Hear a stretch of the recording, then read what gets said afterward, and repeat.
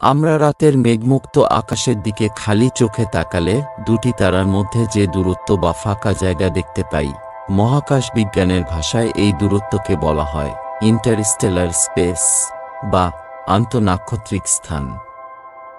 আরও সহজ করে বললে, একটি গ্যালাক্সির ভেতরে থাকা দুটি নক্ষত্রের মধ্যবর্তী দূরত্বকে বলে ইন্টারস্টেলার স্পেস বা আন্তঃনাক্ষত্রিক স্থান। যেমন সূর্য এবং এর নিকটতম নক্ষত্র প্রক্সিমা সেন্টুরাই এর মধ্যকার দূরত্ব। এই আন্তঃনাক্ষত্রিক স্থানে নীহারিকার বুকে জন্ম নেয় তারকা বা নক্ষত্র। এখানে থাকে প্রচুর গ্যাস, ধূলিকণা এবং মহাজাগতিক রশ্মি। আর এই আন্তঃনাক্ষত্রিক স্থানে থাকা গ্যাস ও ধূলিকণার মেঘ থেকেই মহাবিশ্বের সব নক্ষত্রের জীবনকাল শুরু হয়। এ ধরনের মেঘগুলোকে বলা হয় নেবুলা বা নীহারিকা। এসব নীহারিকায় থাকা গ্যাসের প্রায় ৯৯% হাইড্রোজেন। এই গ্যাসের ঘনত্ব আবার দুই ধরনের হয়ে থাকে। যেসব অঞ্চলে কম ঘনত্বের হাইড্রোজেন বা হাইড্রোজেন পরমাণু বেশি থাকে তাকে বলা হয় H1 অঞ্চল। আর যেসব অঞ্চলে বেশি ঘনত্বের শীতল হাইড্রোজেন অণু বেশি থাকে তাকে বলা হয় H2 অঞ্চল। এই H2 অঞ্চলে জন্ম হয় নতুন নক্ষত্রদের। এই অঞ্চলের নীহারিকায় হাইড্রোজেন আণবিক অবস্থায় থাকায় এই নীহারিকাগুলিকে মলিকিউলার ক্লাউড বা আণবিক মেঘ বলা হয়। এই আণবিক মেঘ বা নীহারিকাগুলি প্রচণ্ড ঠান্ডা বা শীতল হয়ে থাকে। এই যেমন যেই নীহারিকা থেকে সূর্যের জন্ম হয়েছিল তার তাপমাত্রা ছিল প্রায় -263°C। মহাবিশ্বের সব নক্ষত্রের জন্ম প্রক্রিয়া শুরু হয় এরকম ভয়ঙ্কর হিমশীতল পরিবেশে। প্রথমত মহাকর্ষের টানে H2 অঞ্চলে থাকা গ্যাসের কণাগুলো পরস্পরের কাছে আসতে শুরু করে এবং গ্যাসের গুচ্ছ তৈরি করে। এভাবে কয়েক মিলিয়ন বছর বা আরও বেশি সময় ধরে হাইড্রোজেন গ্যাস ও ধূলিকণা মিলে তৈরি হয় বিশাল গ্যাসের মেঘ। H2 অঞ্চলে তৈরি হওয়া এরকম বিশাল ঘন ও শীতল মেঘপুঞ্জকে ইংরেজিতে বলা হয় জায়ান্ট মলিকিউলার ক্লাউড বা সুবিশাল আণবিক মেঘ। মার্কিন মহাকাশ গবেষণা সংস্থার দেওয়া তথ্য মতে এসব মেঘের ভর সূর্যের চাইতে 1000 থেকে 10 মিলিয়ন গুণ বেশি এবং কয়েক আলোকবর্ষ পর্যন্ত বিস্তৃত হতে পারে। যতক্ষণ পর্যন্ত চাপ ও মহাকর্ষবল সাম্যাবস্থায় থাকে ততক্ষণ পর্যন্ত এই মেঘ স্থিতিশীল থাকে।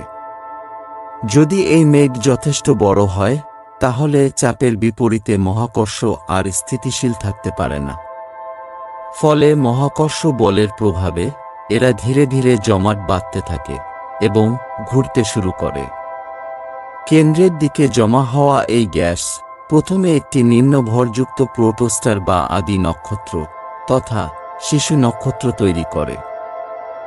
আরও সহজ করে বিষয়টিকে এইভাবে ব্যাখ্যা করা যায়, H2 অঞ্চলে জমা হওয়া সুবিশাল আণবিক মেঘে থাকা হাইড্রোজেন মহাকর্ষের আকর্ষণে আরও কাছে চলে আসে, যার ফলে মহাকর্ষ বলের আকর্ষণ আরও বেড়ে যায় এবং এই মেঘ দ্রুত সংকুচিত হয়। হাইড্রোজেনগুলি কাছাকাছি আসায় একে অপরের সাথে প্রচণ্ডভাবে ধাক্কা খায় আর এর ফলে তাপ উৎপন্ন হয় এবং প্রতি ঘনমিটারে তাপমাত্রা, ঘনত্ব ও চাপ দ্রুত বাড়তে থাকে। কেন্দ্রের দিকে জমা হওয়া এসব গ্যাস থেকে জন্ম নেয় নক্ষত্র শিশু। কৌণিক ভরবেগের সংরক্ষণশীলতার সূত্র অনুযায়ী আকারে ছোট হলে বস্তুর ঘূর্ণন বৃদ্ধি পায়। ফলে আদি নক্ষত্র যতই ছোট হতে থাকে ততই এর ঘূর্ণন বৃদ্ধি পায়। এই অবস্থায় বস্তুর জন্য আদি নক্ষত্রের বিষুবরেখা বরাবর প্রবেশ করার থেকে মেরু বরাবর প্রবেশ করা সহজ হয়, যার ফলে বিষুবরেখা বরাবর একটি ডিস্কের সৃষ্টি হয়। এই ডিস্ক পরবর্তীতে গ্রহের জন্ম দেয়। যেহেতু প্রোটোস্টার ঘূর্ণায়মান থাকে তাই এটি একটি শক্তিশালী চৌম্বক ক্ষেত্র উৎপন্ন করে, যা বাইরের দিকে গ্যাসের প্রবাহ সৃষ্টি করে। অনেক প্রোটোস্টার আবার উচ্চ গতিসম্পন্ন গ্যাসের জেট উৎপন্ন করে। এই জেট প্রোটোস্টারের আশেপাশের অতিরিক্ত গ্যাসকে সরিয়ে দেয়, যার ফলে প্রোটোস্টার দৃশ্যমান হয়। এখানে জেনে রাখা দরকার, প্রোটোস্টার কিন্তু পূর্ণাঙ্গ নক্ষত্র নয়, কারণ পূর্ণাঙ্গ নক্ষত্র হওয়ার পূর্বশর্ত হল ভারসাম্যপূর্ণ ফিউশন বিক্রিয়া। শুরুতে প্রোটোস্টার বা আদি নক্ষত্রের কেন্দ্রে কোনো ফিউশন ঘটে না। পরিণত নক্ষত্রের শক্তি উৎপন্ন হয় নিউক্লিয়ার ফিউশন বিক্রিয়ার মাধ্যমে।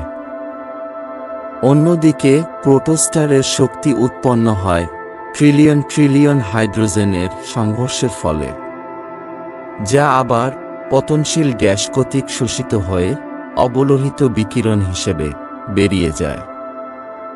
তবে শক্তিশালী মহাকর্ষের প্রভাবে একসময় হাইড্রোজেন পরমাণুর নিউক্লিয়াসগুলো ফিউশন বিক্রিয়ায় অংশ নেয়, অর্থাৎ দুটি হাইড্রোজেন নিউক্লিয়াস মিলে তৈরি হয় একটি হিলিয়াম নিউক্লিয়াস।